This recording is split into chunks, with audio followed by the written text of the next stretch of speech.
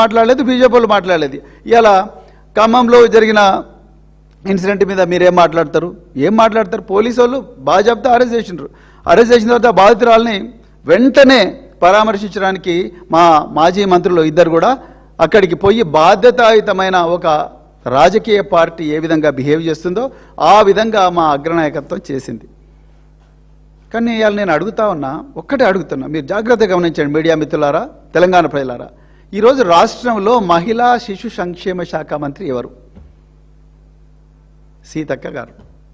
రాష్ట్రంలో హోంశాఖ మంత్రి ఎవరు? రేవంత్ రెడ్డి గారు.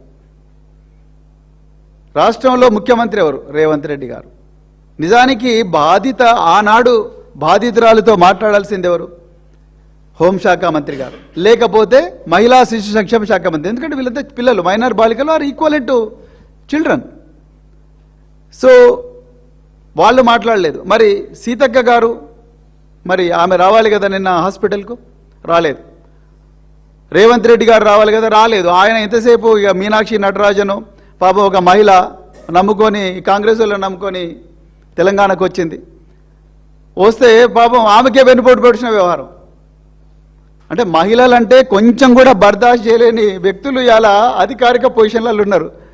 ఇక వీళ్ళు కాంగ్రెస్ బీజేపీ వాళ్ళు, బీజేపీలో మీరే ఇన్ఫర్మేషన్ ఇచ్చిందంటారు, కాంగ్రెస్ వాళ్ళేమో మీరే మమ్మల్ని అన్యాయం చేసినారు అంటున్నారు ఎలక్షన్ కమిషన్ అడ్డం పెట్టుకొని.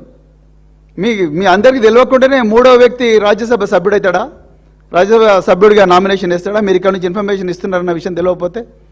సో ఇవన్నీ వ్యవహారాల తలమునకలైన ఈ వెనుపోటు పొడిచే వ్యవహారాల మహిళలను రాజ్యసభ సభ్యులు కాకుండా కుట్రలు పన్నే వ్యవహారంలో తలమునకలైన మరి ముఖ్యమంత్రి గారు, ఆయన ఈ రాష్ట్రంలో మైనర్ బాలికల గురించి ఆలోచిస్తారా?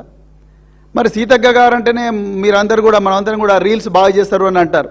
మరి నేను రిక్వెస్ట్ చేస్తున్న, చేతులు జోడించే సీతక్క గారు, మీరు మహిళా శిశు సంక్షేమ శాఖ మంత్రి, మైనర్ బాలికల అంశం గురించి కూడా ఒక రీల్ చేయండి మేడం, ఒక రీల్ చేయండి. మైనర్ బాలికలు ఏ విధంగా తమను తాము రక్షించుకోవాలి అన్న విషయం మీద ఒక రీల్ చేయండి కదా.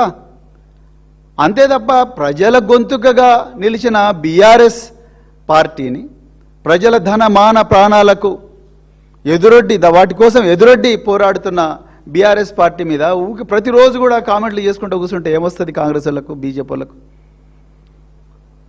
ఒక్కసారి తెలంగాణ ప్రజలందరూ కూడా ఆలోచించాలి. ఇక రెండవ అంశము, ఇది టెక్నికల్ అంశం, చాలా సున్నితమైన అంశం. దయచేసి నేను ఒకవేళ ఏమైనా తప్పు మాడితే క్షమించాలి. మొట్టమొదట ఇది చాలా ఇంపార్టెంట్. ఇది రాజకీయాలకు అతీతంగా చెప్తున్నా, ఇది ఎవరికైనా వర్తిస్తుంది. ఒక తండ్రిగా, ఒక మాజీ పోలీస్ అధికారిగా, అదేవిధంగా ఒక పౌరుడిగా, ఈ పోక్సో కేసులు నేరం జరిగిన తర్వాత వాటి పరిశోధించడం ఎంత ఇంపార్టెంటో, నేరం జరగక ముందు కూడా వాటిని ఆపడం కూడా అంతే ఇంపార్టెంట్. ఇది నా రిక్వెస్ట్ తల్లిదండ్రులకు బీఆర్ఎస్ పార్టీ తరఫున. అదేవిధంగా యంగ్ అడల్ట్స్కు, అంటే జంజీ అంటున్నాం కదా ఇప్పుడు మనం, ఆ యంగ్ అడల్ట్స్, తర్వాత 12 సంవత్సరాలు దాటిన బిడ్డలు ఎవరైతే ఉన్నారో, 12, 11, 10 ఆ వయసులో ఉన్న బిడ్డలు, వాళ్ళ తల్లిదండ్రులకు, అదేవిధంగా ఆ బిడ్డలకు మా ప్రత్యేకమైన రిక్వెస్ట్ బీఆర్ఎస్ పార్టీ తరఫున.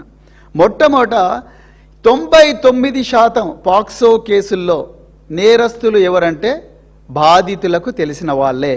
అంటే వాళ్ళు మామయ్యల రూపంలో రావచ్చు, ఆంటీల రూపంలో రావచ్చు, లేకపోతే పక్కింటి అంకుల్ రూపంలో రావచ్చు, లేకపోతే దూరపు బంధువుల రూపంలో రావచ్చు, లేకపోతే ఇంకా ట్యూటర్ల రూపంలో రావచ్చు, లేకపోతే గేమ్స్లో కోచ్ల రూపంలో రావచ్చు, లేకపోతే నైబర్స్ పక్కన ఇరుపురు వాళ్ళ రూపంలో రావచ్చు, లేకపోతే మత గురువుల రూపంలో కూడా రావచ్చు.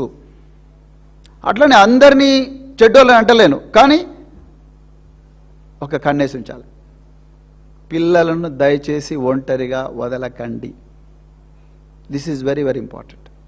ఎప్పుడు కూడా వదలకండి. నేను చెప్పాను, ఒక్కసారి దాడి జరిగితే 30 సంవత్సరాలు 40 సంవత్సరాలకు కూడా మర్చిపోలేని పరిస్థితి ఉంటుంది. వాళ్ళు సైకలాజికల్ కథమైపోతారు.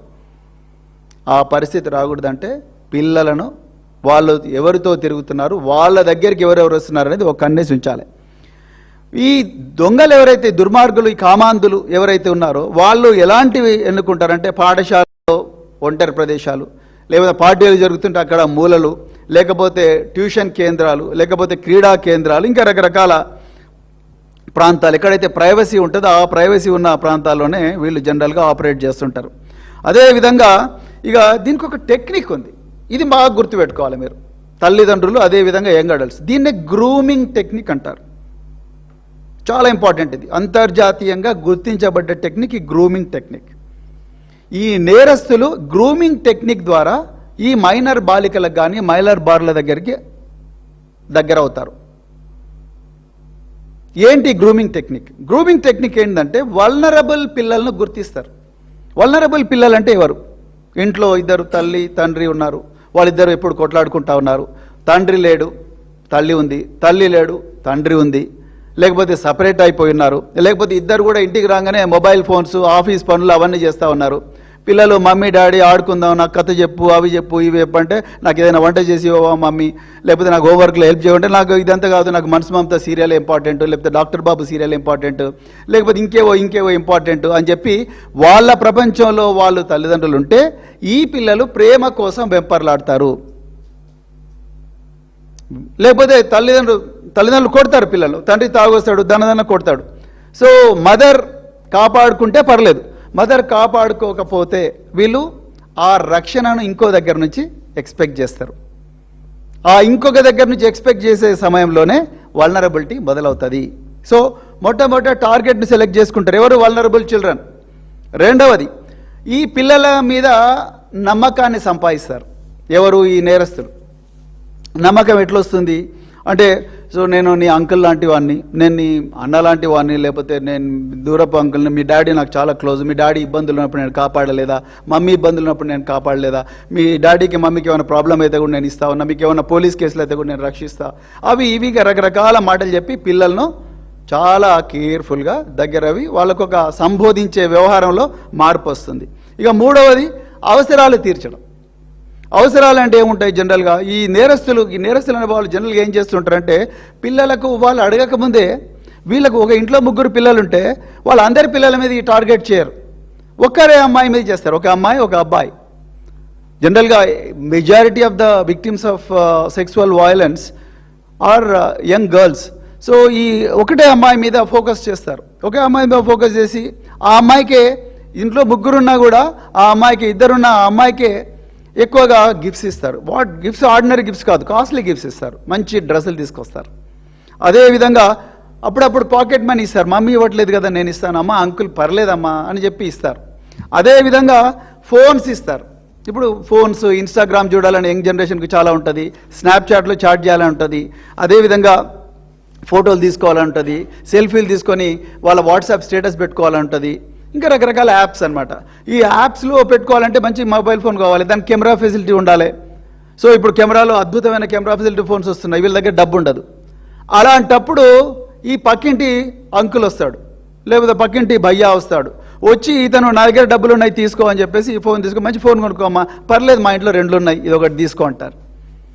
పిల్లలు ఏమున్నది, అమాయకులు, మైనర్ బాలికలు ఎట్లుంటారు, వాళ్ళకి ఆ మెచ్యూరిటీ ఉండదు. సో అందుకొరకు ఈ ఎమోషనల్ నీడ్ ఫీల్ చేస్తారు. తల్లిదండ్రులు కొనిచ్చే పరిస్థితి ఉండదు, సో పక్కన వీడు పోనిస్తాడు. సో కొనిచ్చిన వెంటనే ఆ పిల్లలు ఆ ఫోన్ దాచిపెట్టుకుంటారు, దాన్ని వాడుకుంటారు. అంటే సో రిలేషన్షిప్ కొంచెం స్ట్రెంథెన్ అవుతుంది. దాని తర్వాత స్లోగా ఐసోలేట్ చేస్తారు. ఎవరి నుంచి ఐసోలేట్ చేస్తారు?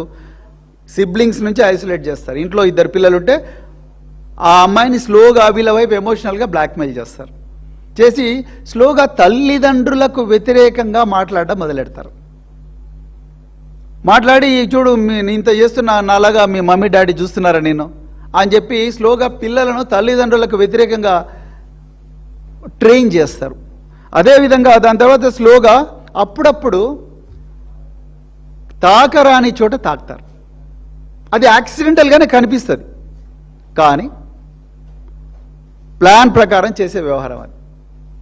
యాక్సిడెంటల్గా ఉంటుంది కానీ సో ఆ అమ్మాయికి అర్థమైపోతుంది, కానీ ఇది ఈయన యాక్సిడెంటల్గా చేసినట్టు ఉంటుంది. అది స్లోగా హద్దులు దాటి ప్రవర్తించడం మొదలవుతుంది.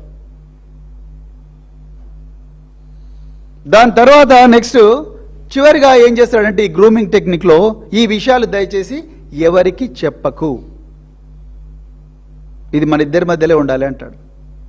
అర్థమవుతుందా? సో ఈ విధంగా ఒక 3, 4, 5 దశలలో చాలా కేర్ఫుల్గా అఫెండర్స్ విక్టిమ్స్ను ట్రైన్ చేస్తారు.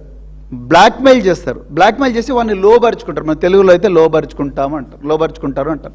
సో ఆ విధంగా లోబరుచుకొని వాళ్ళని ఎక్స్ప్లాయిట్ చేస్తారు. ఆ పిల్లలకి ఏమీ తెలియదు. సో మరి తల్లిదండ్రులు ఎట్లా గుర్తుపట్టాలి ఇవన్నీ కూడా?